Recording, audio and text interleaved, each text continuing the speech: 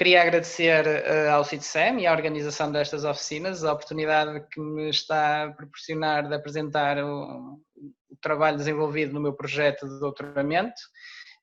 Queria agradecer-te a ti, Diogo, também pelo convite para organizar esta sessão e especialmente agradecer à Joana Sequeira e ao João Marçal pelo apoio que nos estão a dar na realização da mesma. Pois bem, vamos então iniciar. Ora bem, esta apresentação está baseada no trabalho desenvolvido, como já referi, no meu projeto de doutoramento. A minha apresentação vou começar com um breve resumo dos séculos iniciais da expansão europeia. Vou-me focar especialmente na pouca atenção dada pela historiografia aos agentes locais africanos. Depois passarei para uma breve reflexão sobre as fontes disponíveis para fazer este estudo. Vou falar um pouco também sobre a metodologia do meu projeto de investigação, alguns resultados que posso já avançar, tanto em termos de pensamento e forma de desenvolvimento de apresentação futura, como de possíveis formas de olhar para os dados recolhidos das fontes. E termino com algumas conclusões preliminares, não do projeto de doutoramento, obviamente, mas de toda esta reflexão que eu tenho vindo a fazer neste momento. Pois bem, qual é o tema do meu projeto? É tentar perceber, nos séculos iniciais da expansão europeia na costa ocidental africana, principalmente, e vou-me limitar entre a chegada dos portugueses a Arguim e a fundação da cidade de São Paulo de Luanda, que tipo de encontros se deu entre europeus e africanos e consequentes comunidades locais. Rapidamente percebemos que de uma fase inicial, imbuído de um espírito da reconquista ibérica, e no início serão maioritariamente os portugueses, vamos começar com os sequestros e conflitos.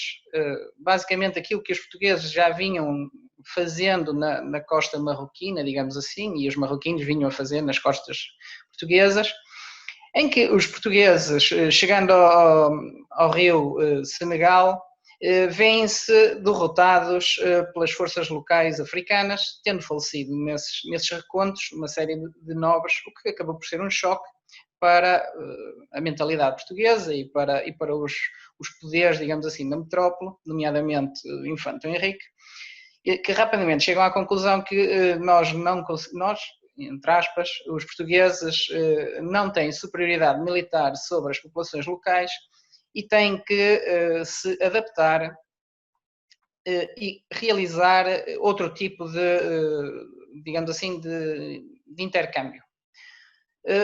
Não partilhando referenciais culturais nem referenciais linguísticos, uma das áreas que rapidamente se achou um ponto comum foi o comércio.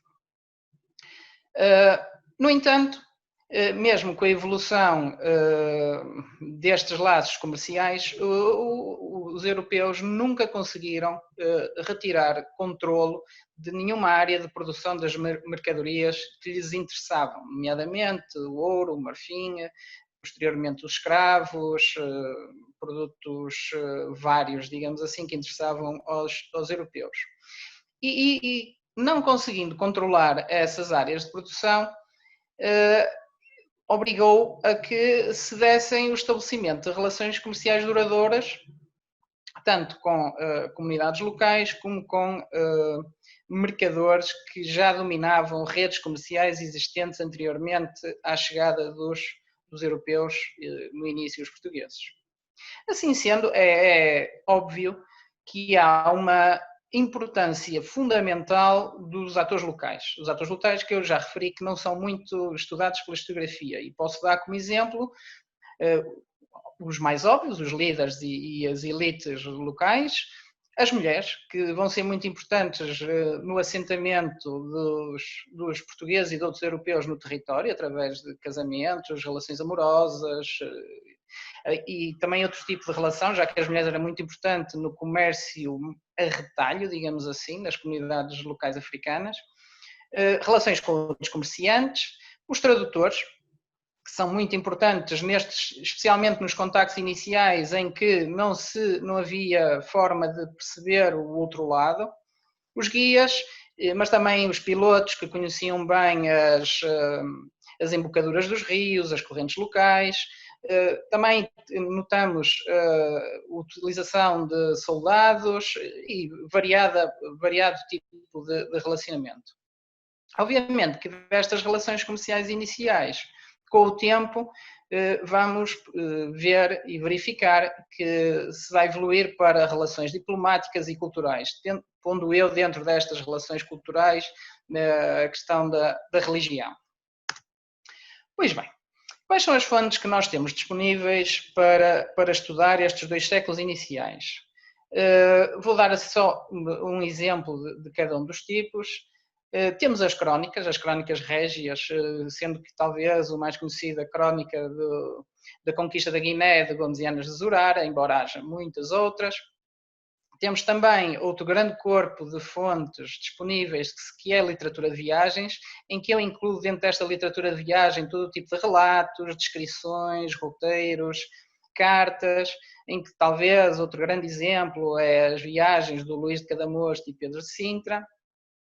Temos também os textos dos missionários, com os seus relatórios aos poderes centrais, as suas cartas também entre eles, as relações que faziam, em que talvez um grande exemplo é o de Fernando Guerreiro, em que nos dá a relação anual das coisas que fizeram os padres da Companhia de Jesus nas suas missões, e compilações documentais que fazem com que o nosso trabalho enquanto historiador para estes séculos iniciais da expansão europeia seja muito facilitado, porque evita-nos, entre aspas, obviamente, a ida a um arquivo, já que a grande maioria da documentação está transcrita nestas compilações documentais. O que é bom e mau. É mau porque mostra-nos que há muito pouca documentação que tenha sobrevivido a estes séculos iniciais. Mas esse é o problema de todo o historiador que se dedica a estes tempos tão atrasados. Muito bem, qual é o meu projeto de investigação? Então, como já referi, vou tentar identificar interações entre agentes locais e europeus durante estes séculos iniciais. Ao identificar estas interações, vou procurar reavaliar qual é o papel dos agentes locais no estabelecimento de qualquer tipo de relação. Obviamente que no início as relações mais importantes serão as comerciais, já que o comércio, no meu ponto de vista, é uma forma mais básica de introduzir uma espécie de linguagem intercultural entre duas, entre aspas, culturas que aparentemente não têm nenhum ponto de contacto.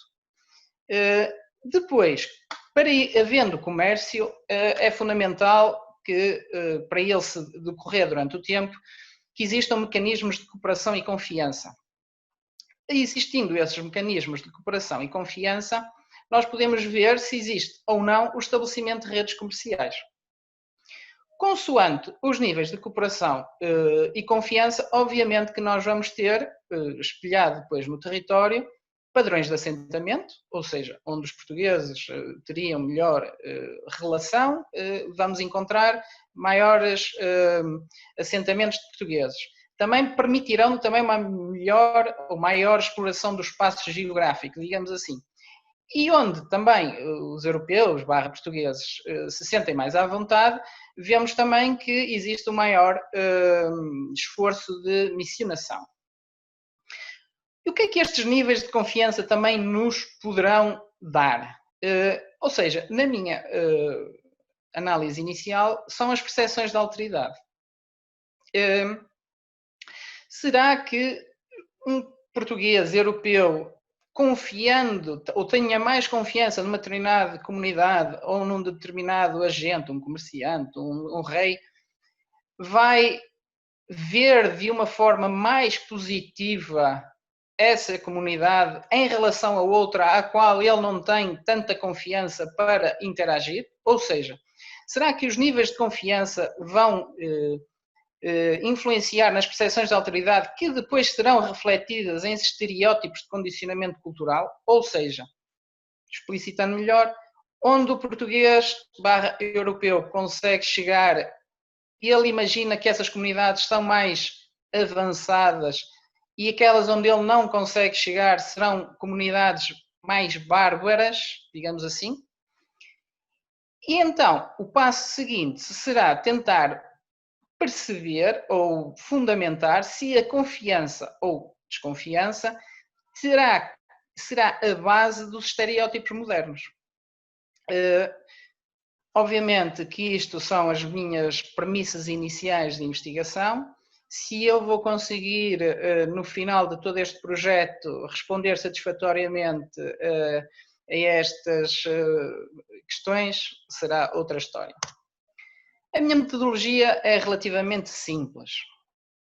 De todos os encontros que eu consigo identificar nas fontes que referi anteriormente, eu vou tentar recolher o máximo número de dados parciais, digamos assim, desde os sujeitos, que tipo de relação é que tiveram, se está ou não algum africano identificado, em que localização, ou seja, todo o tipo de informação que eu possa retirar, eu retiro. E qual é o objetivo? O objetivo será transformar todos esses dados numa espécie de tipologia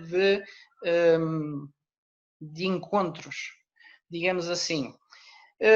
Identificando estas tipologias de encontros, eu vou tentar sistematizar toda esta informação de forma a que, posteriormente, a mim como investigador, eu possa utilizar esta base de dados recolhida como uma ferramenta de apoio às minhas conclusões. E isso pode ser feito de variadas maneiras. Para já, posso-vos dar alguns exemplos das tipologias identificadas. Temos conflitos, quando, por exemplo, os portugueses chegam, são atacados e morre algum... dá-se um reencontro e morre algum português, ou mesmo que não morra, é sempre um conflito.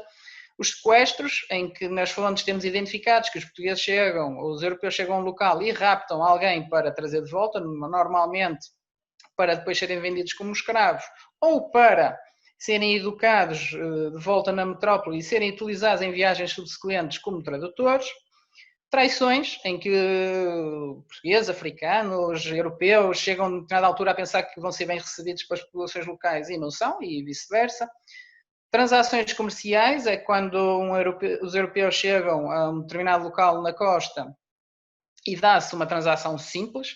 E eu distingo de comércio, porque comércio eu já considero que já hajam transações anteriores e que já implique uma relação mais duradoura no tempo em termos dessas transações comerciais. Presentes, quando é explícito, quando há a troca de coisas que interessem, digamos assim, tanto um lado como o outro. As conversões, que também há notícias disso. As embaixadas, também é facilmente perceptível.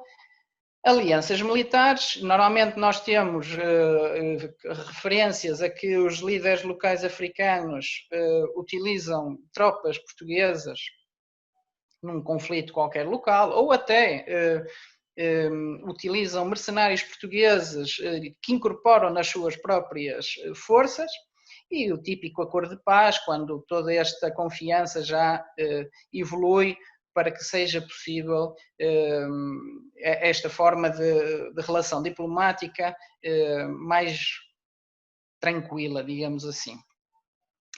E o que é que depois eu pretendo fazer com todos estes dados recolhidos? É muito simples.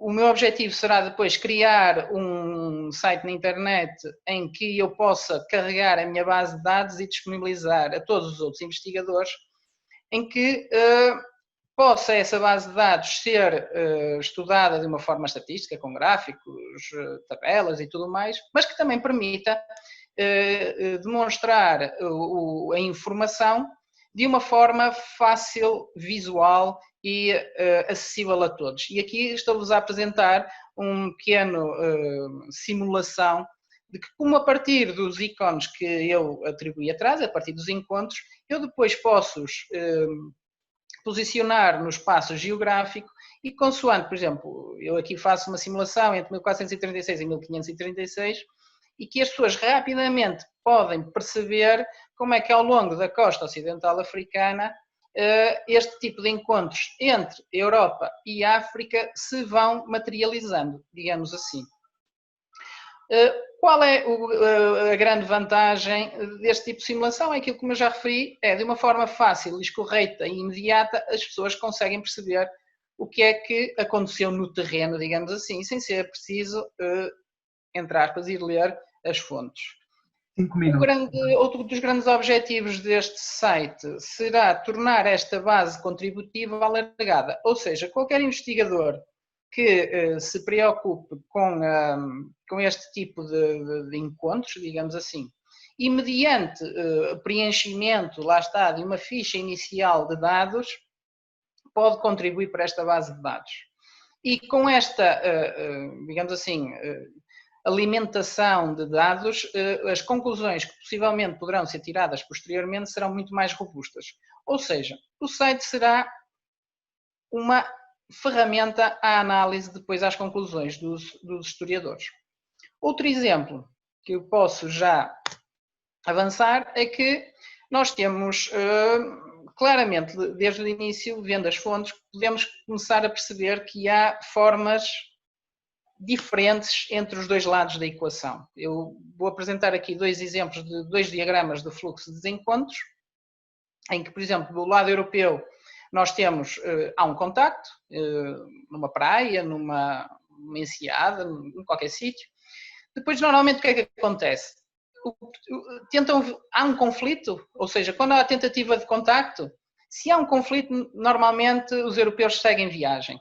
Se não houver, há duas possibilidades que são quase simultâneas. Tenta-se logo comerciar e tenta-se, no início nas fontes, dão-nos a entender que se tenta logo converter o líder local à religião cristã. Esta conversão pode ter demasiadas justificações, mas, na minha opinião, a mais simples aproxima o referencial cultural de uma comunidade que é completamente desconhecida ao nosso. Ou seja, se temos o mesmo Deus em comum, entre aspas, então o nosso mundo será mais ou menos o mesmo, então aí é um bom ponto de partida para começarmos a criar relações.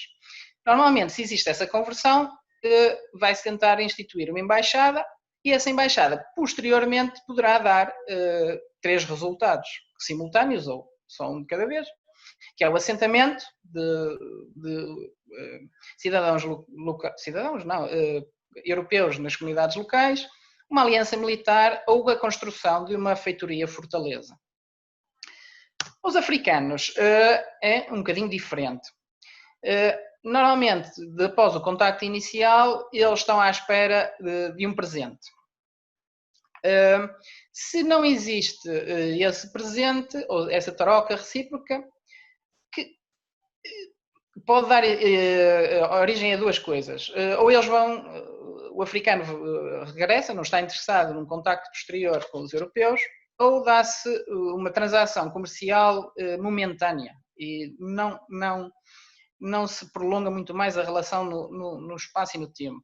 Se porventura os portugueses oferecem qualquer coisa, então esse presente servirá para a chamada do líder local. Ou seja, esse presente, mesmo que seja dado a alguém numa praia, esse alguém considera que esse presente é um tributo ao líder local e vai chamá-lo. Com a chegada desse líder local, normalmente vêm mercadores ou elites mercantis, digamos assim, que tentam estabelecer as bases do comércio. Estabelecendo-se esse comércio, há 3 grandes possibilidades. Depois, tenta-se uma aliança diplomática. Normalmente, os líderes locais tentam que algum representante que os europeus deixem para trás ou que depois se estabeleça seja casado com alguém da sua família, ou da sua parentela, ou da sua linhagem.